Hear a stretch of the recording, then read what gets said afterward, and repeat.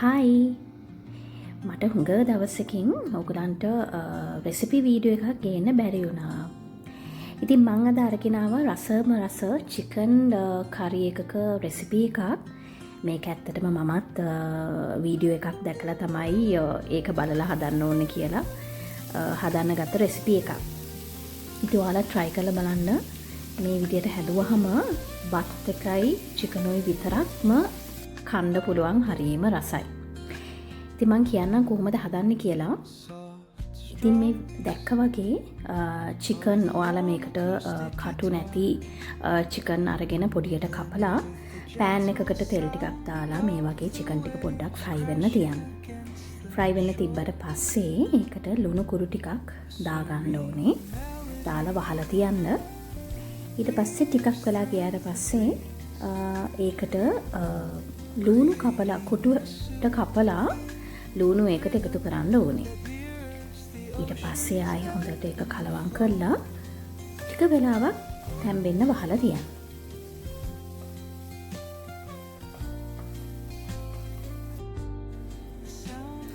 ඊට පස්සේ ටිකකින් ඒකට සුදු ලුණු ඉඟුරු එහෙම තියනවා නම් හොඳට චූටියට කපලා එකතු කරගන්න ඕනේ.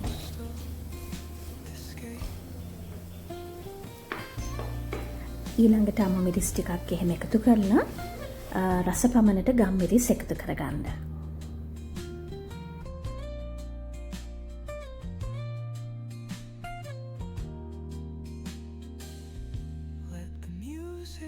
ඊට පස්සේ හොඳට ඒ ටික කලවම් කරලා මේකට බෙල් පෙපර් වගේ තියනවා නම් හොඳයි. ඇත්තටම මට බෙල් පෙපර් තිබ්බේ නෑ ගෙදර. ඒ වෙනුවට මම ගෝවා ටිකක් හොඳට හීනියට කපලා ඒකට එකතු කරා. ඔයාලට පුළුවන් කැරට් වගේ තියෙනවා නම් කොටුවට එහෙම කපලා එකතු කරගන්න පුළුවන්. ඊට පස්සේ ගෝවත් එකතු කරලා හොඳට කලවම් කරලා චුට්ටක් වහලා තියෙනවා. වහලා තියලා ඉවර වෙලා ඊළඟට සෝයා සෝස් එකතු කරගන්න ඕනේ. ඊට අමතරව මම ගෙදර තිබුණා චිලි සෝස් චුට්ටක්. ඒ චුට්ටකුත් දාලා ඊළඟට මම ටොමැටෝ සෝස් එකතු කරගන්නවා. රසපමණට ඔයාලට එකතු කරගන්න පුළුවන්.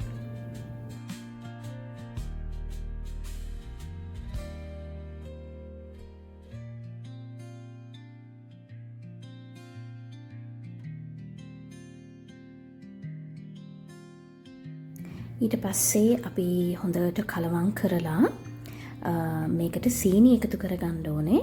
සීනි මේස හැඳි එකහමාරක් වගේ දැම්මනම් ඇති. ඒක රසපමණට ඔයාට කැමති විදියට දාගන්න පුළුවන්.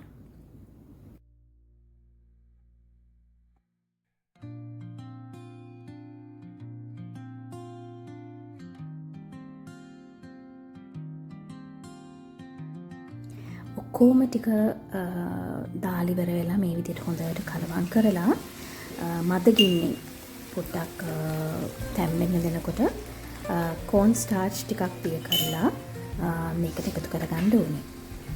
එකතු කරලා ඉවර වෙලා ආයිමත් ටිකක් කලවම් කරලා පොඩි වෙලාවක් වහලා තියන්න. හැබැයි මේ ඔක්කොම කරන්න ඕනේ මද ගින්නේ නැත්තම් කර වෙලා යන්න පුළුවන්. ඔන්න දැන් ඉතින් අපේ චිකන් එක රෙඩි. මම මේ ඉතින් බත් ටිකක් එක්ක කාලා බලන්න තමයි හදන්නේ. අනේ හරිම රසයි. ඔයාලත් හදලා බලන්න හරිම ලේසි. ඉතින් ඔයාලත් මේ රෙසිපි එක try කරලා බලන්න. මේ විදිහට චිකන් එක හදාගත්තා නම් බත් එක්ක කන්න පුළුවන්. එළවලු ගොඩාක් හදන්න අවශ්‍ය නැහැ.